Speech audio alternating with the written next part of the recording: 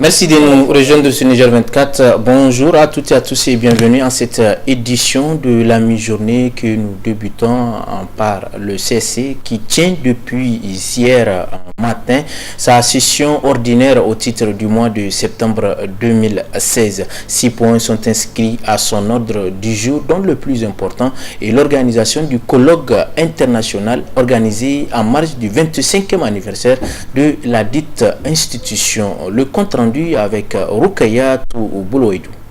La session ordinaire du Conseil supérieur de la communication au titre du mois de septembre intervient juste après la fête de Tabaski. Ainsi, dans son allocution, le président du Conseil supérieur de la communication a évoqué 6 points dans le projet d'ordre du jour de cette session. 1. Examen et adoption du procès verbal de la session ordinaire du mois d'août 2016. 2. Information sur le Conseil supérieur de la communication. 3. Préparatifs du colloque international à l'occasion des 25 ans du CSC. 4. Examen et adoption du projet de rapport public d'activité au titre de l'année 2015. 5. Examen et adoption des rapports du Conseil de presse. Et 6. Questions diverses.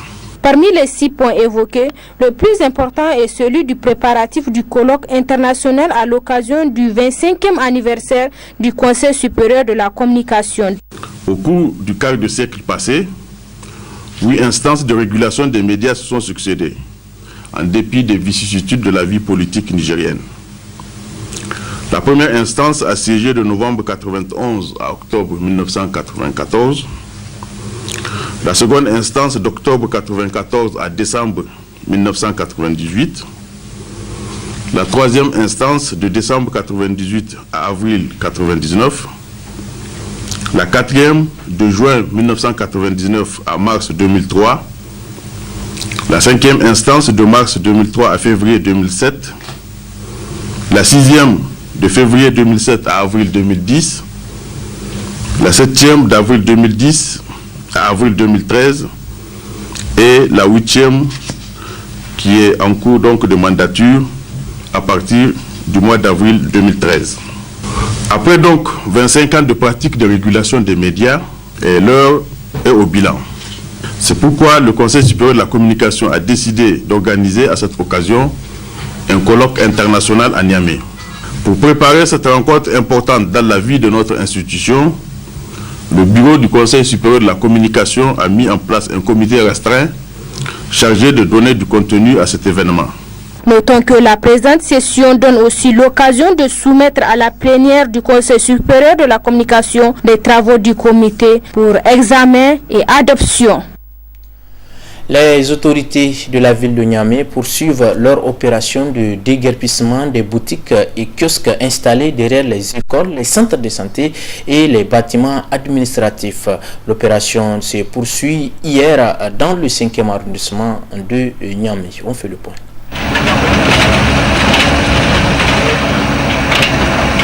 C'est la dernière étape de l'opération de déguerpissement des boutiques installées derrière les écoles, les centres de santé et les bâtiments administratifs. Et c'est l'arrondissement communal Niamey 5 qui a accueilli les autorités de la ville de Niamey où l'opération a débuté derrière le centre de stockage de l'OPVN de la rive droite. Comme vous l'avez constaté, il y a de cela 3 ou 4 jours, une équipe de l'arrondissement communal Niamey 5 plus une autre de la ville ont procédé au marquage des kiosques. Ce qui a été fait. Donc à notre arrivée, nous avons constaté avec vous qu'effectivement tous ces occupants de ces kiosques ont pris leurs bagages, ils ont rien trouvé dans les kiosques. Donc le travail se poursuit normalement, sans problème. Ce travail que la ville de Niamey est en train de faire ne fragilise pas l'économie, mais on est en train de structurer l'économie pour dire que ces gens déguerpis peuvent trouver des places dans les marchés et les différents endroits que la ville de Niamey peut bien les octroyer. Donc vous voyez bien que c'est une structuration de l'économie, on ne détruit pas l'économie. Après plusieurs jours d'activité, les responsables régionaux se disent très satisfaits du déroulement de l'opération. Il serait opportun effectivement de déjà commencer à dégager tous les gravats partout où on a déguerpi les kiosques. Ce travail sera fait de concert avec Niamey Niala pour voir effectivement quels sont les différents réaménagements à faire en lieu et place de ces kiosques qu'on a dégagés. Mais d'ores et déjà, au début, quand on avait lancé cette opération dans les arrondissements, il s'agissait de faire un travail tournant. Ça veut dire qu'on va retourner dans les différents arrondissements, puisque comme vous le savez, ce travail est un travail de longue haleine, ce n'est pas une affaire de 72 heures, puisque toute la ville sera touchée. À noter qu'après ces lieux indiqués, l'opération se poursuivra et concernera très prochainement les occupants des grandes voies, notamment l'axe menant du rond-point 6e au Grand Marché. Dans le même ordre d'idées, mais cette fois-ci à Zender, où le président du conseil de ville de Zender, de la région, a tenu un point de presse relatif à cette opération de déguerpissement entamée dans la ville de Zender. Il s'agit donc pour le président central d'appeler la bonne compréhension de la population. Suivez. Le communiqué qu'on a fait passer, on a donné jusqu'à un mois aux gens de quitter les voies publiques. Quelle que soit la forme d'autorisation, en tout cas nous avons demandé aux gens de quitter les voies publiques. Il y a un marché qui est là, que les gens retournent là-bas. Ceux qui ne veulent pas partir, ils peuvent utiliser les cours des maisons pour faire leur kiosque ou leur boutique et bâtir les portes sur la voie publique. Là c'est possible. Mais il est hors de question aujourd'hui la manière dont les kiosques sont étalés de manière sauvage et sans entretien. Nous ne pouvons plus continuer à accepter cela. Et pire encore, il y a un problème d'hygiène qui se pose. Vous donnez des kiosques aux gens, où les gens viennent s'installer de manière anarchique.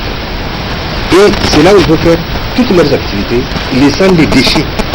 Ils laissent les déchets. Personne ne prend la précaution de dire ces déchets-là, c'est moi qui les ai produits, je vais les dégager. Mieux vaut tard que jamais, comme vous dites, mais en réalité, c'est pas tard. Nous avons fait les choses par étapes. Et beaucoup d'entre vous ici sont au courant. Ils sont témoins que nous avons toujours passé par la sensibilisation. Nous avons voulu que ça soit un réflexe. Nous avons voulu que les gens intègrent ça dans leur vie, c'est-à-dire un réflexe patriotique. Changeons de décor cette fois-ci et parlons de l'affaire du concours frauduleux d'entrée à la fonction publique au titre des ministères des Finances et de la Santé publique qui continue à couler de l'encre et de la salive après que la justice ait transmis au gouvernement la demande de mise en accusation de l'ancien ministre de la fonction publique. Hamza Moukela nous en dit plus. Le quotidien nigérien d'information, l'enquêteur, avait dans sa parution du jeudi 22 septembre 2016 annoncé la nouvelle selon laquelle la justice a transmis la demande de mise en accusation de l'ancien ministre de la fonction publique et de la réforme administrative, Lawali Cheibou, sous la houlette de qui avait été organisé le concours du ministère des Finances et le concours du ministère de la Santé publique. Cette demande de mise en accusation d'un ancien ministre constitue aujourd'hui pour l'Association nigérienne de lutte contre la corruption, section Transparence Internationale, un grand pas vers la manifestation de la vérité qui, il faut le rappeler, avait adressé une correspondance au procureur général de la République pour l'ouverture d'une information judiciaire en rapport avec ce dossier. C'est la preuve que la justice fournit beaucoup d'efforts, n'est-ce pas, pour appliquer le principe d'égalité des citoyens devant la loi. C'est aussi la preuve que la justice manifeste son indépendance. Et c'est aussi la preuve que la justice, si elle est encouragée, si elle est soutenue, eh bien elle peut faire le travail qui est le sien. Et je pense que c'est une grande avancée dans ce qui se passe par rapport à cette question des concours du ministère de la fonction publique. Et nous pensons que vraiment c'est un signal fort, n'est-ce pas, que la justice a donné. Elle a administré quand même la preuve de son indépendance vis-à-vis du pouvoir, vis-à-vis des relations sociales, vis-à-vis d'autres facteurs qui peuvent influencer le comportement des hommes. Donc nous pensons que c'est vraiment une bonne chose. Aucun citoyen n'est au-dessus de la loi. Et ce principe, apparemment, est en voie d'être respecté. Et nous pensons que c'est une bonne chose. C'est ça le sens de la loi. Je pense que le procureur a tenu compte de ça. Et la justice est en train de faire son travail. Nous ne pouvons pas nous prononcer là-dessus. Il est évident que la justice travaille là-dessus. En entendant donc la suite à donner à cette demande par l'Assemblée nationale, l'Association nigérienne de lutte contre la corruption, section Transparence internationale du Niger, se dit confiante quant à l'indépendance de la justice. De nos jours, l'acquisition d'une parcelle à Niamey n'est pas chose aisée. Le prix grimpe du jour au lendemain. Les raisons de cette hausse dans ce reportage de Ibrahim Lawali Ablaïmoussa. Le morcellement des terrains à Niamey et ses alentours avait suscité de l'espoir à la population qui croit considérablement et qui se bat comme elle peut pour acquérir son propre espace pour y abriter. Mais malheureusement, et à la grande désolation de cette dernière, sans raison valable, elle paye le double, ou voire même le triple du prix initial, sans que cela ne soit justifié. Si certains lotisseurs font preuve de bonne foi dans la vente des parcelles, par contre, chez d'autres, il s'agit pur et simplement que du commerce. Si on dit lotisseur, on dit commerçant, donc il y a une manière de faire le commerce aussi. Bon, là, sur l'aspect de la charité des choses, tout dépend. C'est le système commercial que les gens essaient de faire, disons. Et chaque personne a sa façon de faire son commerce aussi. Et quant à nous, de notre côté, c'est le système qu'on essaie de monter pour le côté de notre commerce, quoi. Comme on vient de le dire, un Nigérien pour une parcelle. Donc, pour nous, de notre côté, c'est un souhait. Inch'Allah, ça va pas trop abuser de la vie des Nigériens, quoi, Inch'Allah. Quand on sait que viabiliser un terrain consisterait à créer toutes les conditions idoines pour l'épanouissement de ceux qui vont y habiter, à savoir les routes, eau, électricité, écoles, centres de santé, etc., on constate allègrement qu'il ne s'agit ni plus ni moins de cela. Il suffit pour bon nombre de lotisseurs d'installer des poteaux pour donner l'impression, appâter et arnaquer des pauvres citoyens, si ce n'est illusoire. Comment une Nigélec incapable d'alimenter la ville de Niamey peut-elle installer des poteaux sur les nouveaux sites pour ainsi contribuer à cette arnaque? Il peut abuser les terrains et mettre en planter l'électricité, tout. Ça fait partie de la viabilisation des terrains. Le fait d'implanter les poteaux un peu partout, c'est juste le marketing. Chacun a sa manière de faire les choses. Pour y stopper cette mafia, les autorités en charge du domaine doivent impérativement intervenir pour réguler ces secteurs afin que le projet « Un Nigérien, un toit » soit une réalité.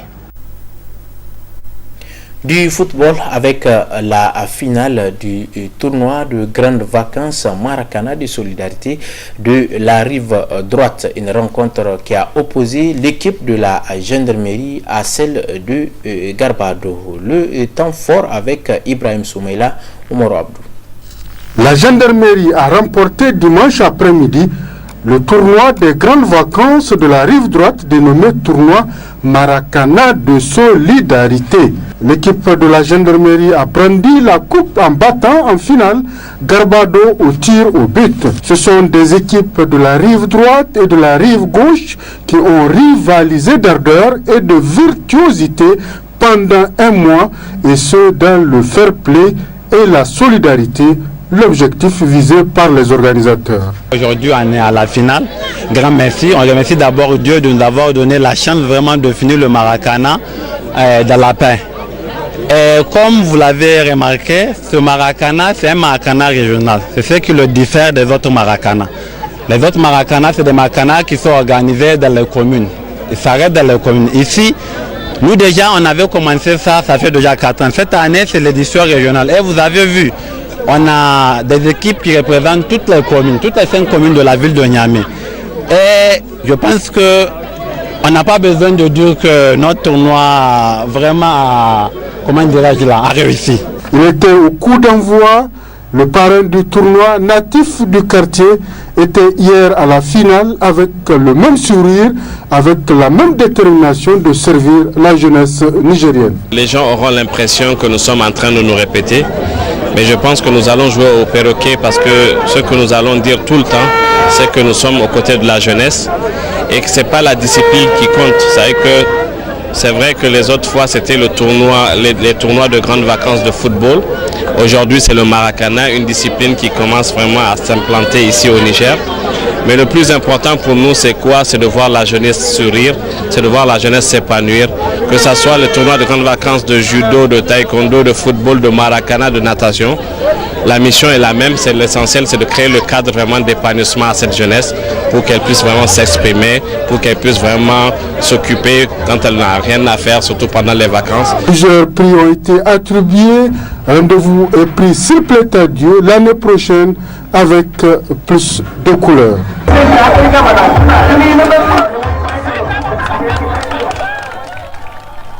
Et c'est sur ces images que prend fin cette édition. Merci de votre fidélité. On se retrouve à 20h45 pour d'autres nouvelles informations. Mais le programme se poursuit sur la télévision citoyenne. Au revoir.